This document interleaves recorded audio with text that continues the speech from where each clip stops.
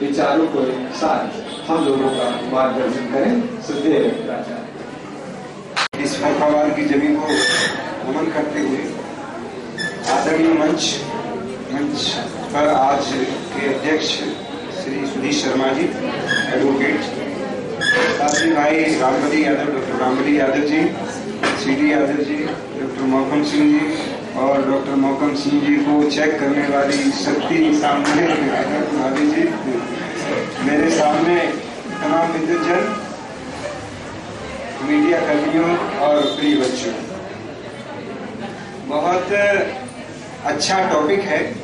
वहां से अप्लाई किया होगा डॉक्टर साहब ने, मिला। किसी भी चीज को देखिए, हम और आप विद्यार्थी हैं, हम भी विद्यार्थी हैं, आप भी विद्यार्थी हैं, हम आपसे थोड़े बड़े विद्यार्थी हैं, आप हमसे थोड़े छोटे विद्यार्थी हैं। We are all students. तो विद्यार्थी को किस तरह से चलना चाहिए, किसी चीज को समझने के लिए, किसी टॉपिक को समझने के लिए देश काल परिस्थिति के साथ समझना चाहिए। देश काल परिस्थिति को के साथ इसलिए समझना चाहिए कि आज के समय में कुछ और बात हो सकती है, जो व्यक्ति जिस काल में था उसमें कुछ और बात हो सकती है। तो इसलिए उसको उस फ्रेम में डाल करके समझेंगे, तब उसको पूरा तरह समझ पाएंगे। डॉक्टर अंबेडकर साहब को समझने के लिए मैं आपसे चाहूंगा, गंभीर थोड़ी एक आध दो बात ऐसी होनी चाहिए कि जो दिमाग में चली जाए। देखिए, डॉक्टर अंबेडकर साहब का जब जन्म हुआ 1891 में, तो तब देश स्वतंत्र था और उनका जो ध्यान था, जब जो उन्होंने ग्रोन अप हुए, बड़े हुए, तो वो बहुत साधारण परिवार के व्यक्ति थे। उनके पिताजी मिलिट्री में टीचर थे। तो वहां पर जन्म के बाद में, प्राइमरी एजुकेशन के बाद में उनकी शिक्षा की प्रॉब्लम थी। तो महाराजा बड़ौदा ने उनको मदद किया, आगे पढ़ाया।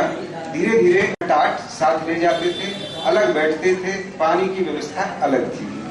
और यहाँ तक बात है कि अगर वो इतने मेधावी न होते, मेधा की बात है, तो मेधा में अंबेडकर साहब का कोई शान ही नहीं लगता मुझको, और इसीलिए शायद उनका विकास हुआ। उस व्यक्ति के साथ में क्या क्या होता था। एक बार किताब वर्षा हो रही थी, किताबों को बचाने का उनको लालच था, खुद भीगने की नहीं परवाह थी, तो एक दीवार से जाकर के सट गए।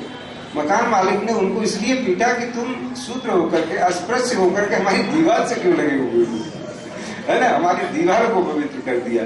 एक बार नाई की दुकान पर हो गए। जब नाई ने जाना कि ये महार जाति का आदमी है, तो उसने कहा कि चलो तुम्हारे बाल नहीं कटते। उन्होंने घर आकर के अपने भाई से अपने बाल कटवाए।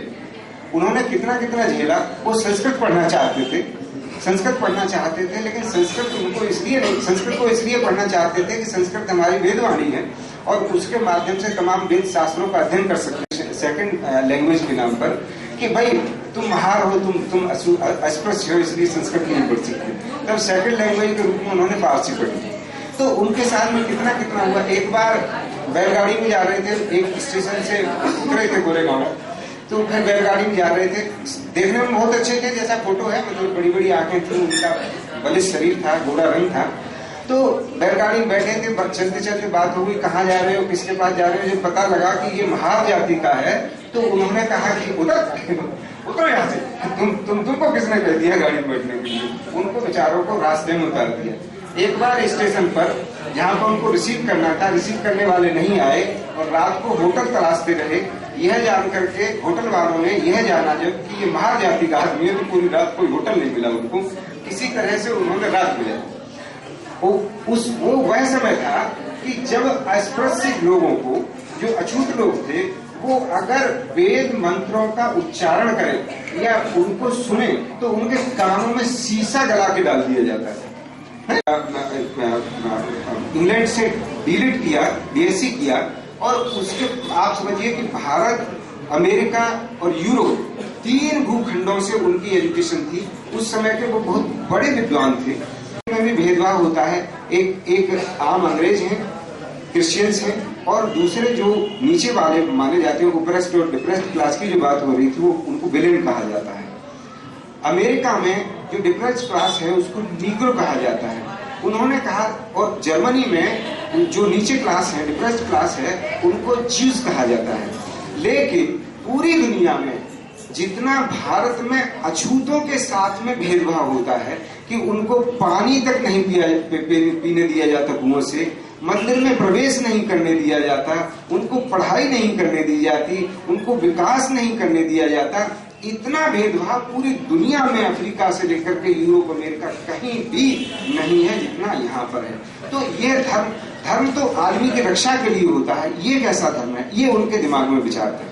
अच्छा, ये जो धर्म है, मनुस्मृति के बारे में हालांकि उन्होंने